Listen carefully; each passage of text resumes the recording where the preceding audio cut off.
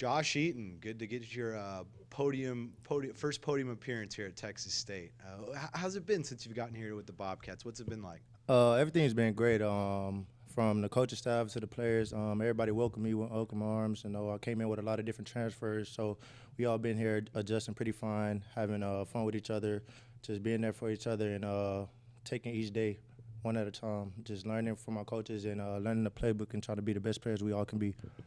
You just mentioned how you came in with a lot of transfers, but something that GJ was just talking about is how you bring experience to this team.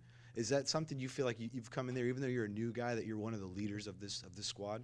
I can say, yeah, I'm one of the vocal leaders, and I try to show it by the daily aspects, like doing each and everything right each and every day. So, yeah, I came in with a pretty experience, playing in a complex defense, knowing a lot of football. So I came in and willing to help people that was here, willing to help each of my teammates and give every information that I had, known from OU to, here, because football is football anywhere you go. So I want everybody to have the same equal success. We've been hearing that you've been playing a little offense as well. Have you always been a two-way player going back to like high school, middle school, or is this kind of newer for you? I would say my background would really start at the offensive side of the ball. Growing up, I played receiver my whole life. I really switched to corner, I would say maybe my junior year of high school, going to the senior year. So it's been a development position. I say this year 4 at the position, and I've been loving it since I switched. I mean, the receiver background, it kind of it's where I started at. So I'm really familiar with the receiver aspects and what to do when I go to that side of the ball. But, yeah, it definitely helps me on the corner side of the ball. This defensive back room is very talented. Both Caleb Cup and Caleb Ford Dement, Torrey Spears, a lot of talented defensive backs in this room. How do y'all all try to help each other, and how do y'all make each other better? Competition. I come in the room every day saying compete. Like, everybody want everybody's spot. There's no spots in the room. So I come in every day saying, go take somebody's spot. You think you should get this opportunity, go do it. Like, we all got talent. Like, Alonzo Edwards, that guy, he come to show up every day. Chris Mills, he show up every day. Caleb Ford, real physical, he show up out there on the perimeter. I mean, everybody in our room. Caleb Cope, like you said, physical guy, ready to get to the ball, knows his assignment, discipline, do everything he's supposed to do. Torrey Spears, everybody in that back seven. I mean, we all see the competition in the room. So I just come in there with a mindset ready to compete. Like, it's nobody else in there. Like, any job, anybody can take my job any day.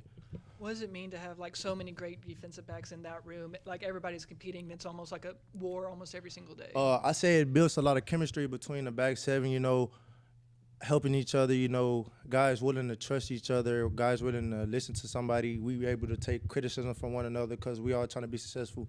Nobody's having an ego. Nobody's too big, too strong. Nobody's better than the other. Everybody's willing to learn from each other's mistakes, and everybody willing to ask each other questions. So I say that's what you need in a quarterback room. You need a lot of togetherness, not a lot of diversity. So I say we all together in there. That's what helps us be a good back seven. I've seen you at a few practices, and you bring the fire out there. It seems like you bring a lot of energy to those guys. Where does that come from, and how does that help your teammates when you're out there just hyping everybody up? I would say it really just come within me. I mean, every day I wake up, I look at it as an opportunity. I know a lot of guys that I play with, they don't even get the game no more because of too many concussions or they had to medically retire. So I feel like every day I wake up, I just hit my knees and say it's a blessing to do this, so why not give it my all when I'm out there? And I just try to bring energy because if I know I got energy and everybody else see the energy, like, they going to want the same energy. Nobody wants to be, why? Nobody wants to be the apple, the bad apple in the room. So I try to come bring energy no matter if I'm having a good day outside of football. Like, I'm be the same person on the football every day for my teammates. Coming over from Oklahoma, what's been the main difference for you coming down to the Sun Belt, but also coming to a place where you're more the focal point of the defense, or even putting you on offense? What's it been like for your journey to Texas State? Moving from Oklahoma to Texas State, I would say being closer to home is really why I made the move. I know I had other opportunities to go other places, but I say just being here, it's just been feeling like home or whatever. Like, the guys, Oklahoma, I know it's a lot of bigger things, it's a lot of brighter things, a lot of more stuff that you can get into outside the field. Like, rather here, like, it's a lot of things like we're more closer and we're more intimate together here. Like, it's not a lot of division here. Like, guys can't do their own thing, or guys, like, don't have to, go and maybe, a group of people here, a group of people there. Like, everything's always together and everybody's always closer. So I'd say being closer here is really what's been a difference here than what I was at OU. Like, bigger college town, so it's bigger opportunities to get into more stuff. When you're in a smaller town, everybody just together. Working with defense coordinator Packy and his 4-2-5 system, what's that like for you? Is that a system you're familiar with, or how are you acclimating? I'm pretty. I was pretty in a complex defense with BV, so working with Packy is pretty much the same. They really both of them is a big blitzer, which what I like, and they trust the back seven to play man. So I've been adjusting to the 4-2-5 pretty quick. It's really like the same thing that we ran over there. Same adjustments. Packy, real aggressive defensive coordinator. Little guy, same guy every day. I think I already know the answer to this question, but do you like playing man coverage? Is that Yeah, for sure.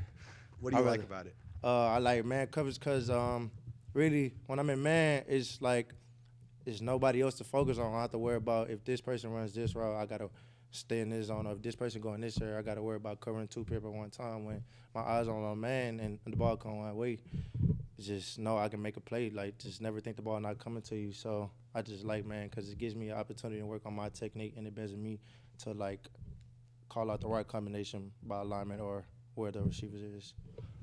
After going through spring with this team and your experiences at the P5 level and everything, what is your biggest takeaway that you think this team needs to focus on? Not just necessarily the DBs or anything, but the team as a whole need to focus on before fall. As a whole team, I feel like we should focus on building more chemistry between each other, like off the field. I feel like we should have more events where we should bond more, because when you only do what's on the schedule, I mean, that's not really a lot of chemistry. You're just doing with the schedule. Like, when you bonding more outside, off the field, when you got guys connecting off the field, that's what helped teams win on the field. Like, when teams can be able to go do this, or you got a group of guys that can go do this without the coaches, like just having a team chemistry.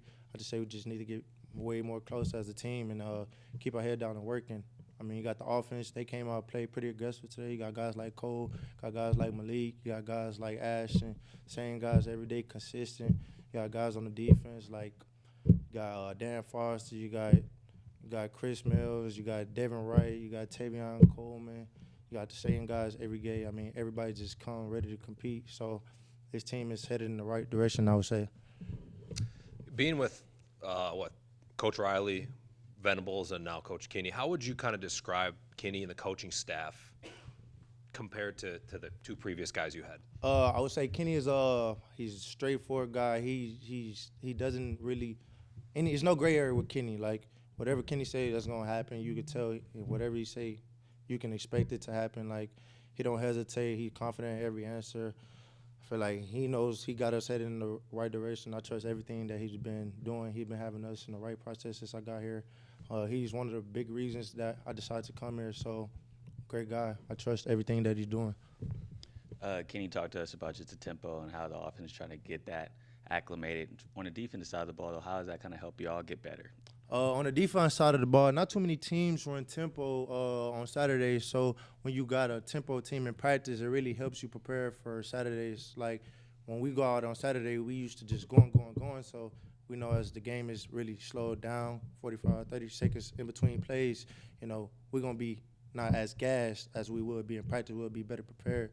So when we get a slower team, everything be here, rather than when you got a tempo team in the game, we're going to be ready. We don't know what to do, subs, and that match that. Everybody going to be ready to go. Yeah, and today, just watching y'all, it seemed like y'all got, like, a lot of swagger. Talking trash to each other, but, it's all love. But, like, where is that kind of coming from? Is that from the GJ culture?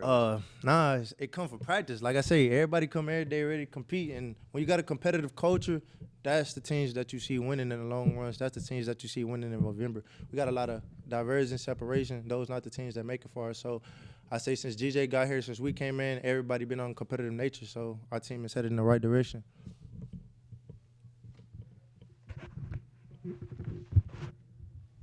Tell us about kind of those wars with the wide receivers and the quarterbacks. How are they making y'all better as a defensive back group?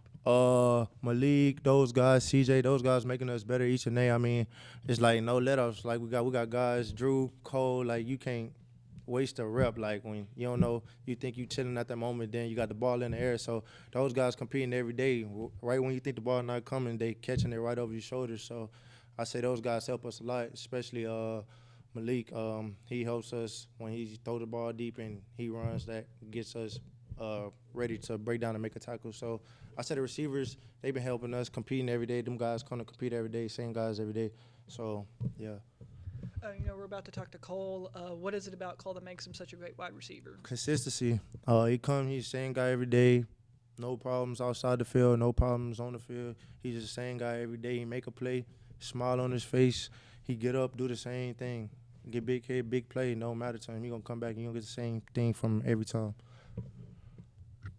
I feel like you'll give a good, honest answer here. We've heard Drew Donley, we've heard Malik Hornsby, but who's the fastest guy on this team? I'm going to keep it a buck. Don't tell him I said this. Drew Donley.